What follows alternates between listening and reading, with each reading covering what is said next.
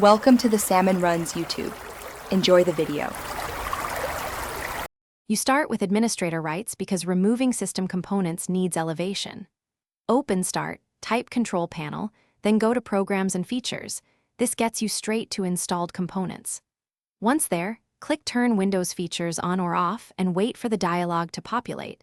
This displays Internet Explorer as a Windows feature rather than a standalone app. Make sure you pause while it loads so you don't miss the Internet Explorer checkbox. That box is the control you will change next.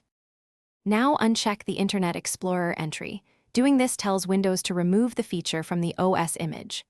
When prompted to confirm, accept and let Windows apply changes. This is where it modifies system files, so don't interrupt the process. You'll see progress and possibly a prompt to restart. Go ahead and restart when asked because the removal completes only during reboot.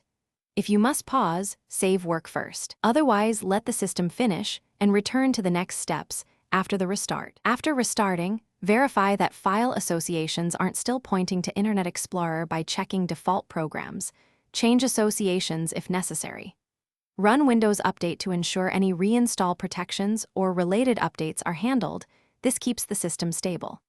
If something goes wrong, use a system restore point created beforehand to revert changes. That's the safest recovery path.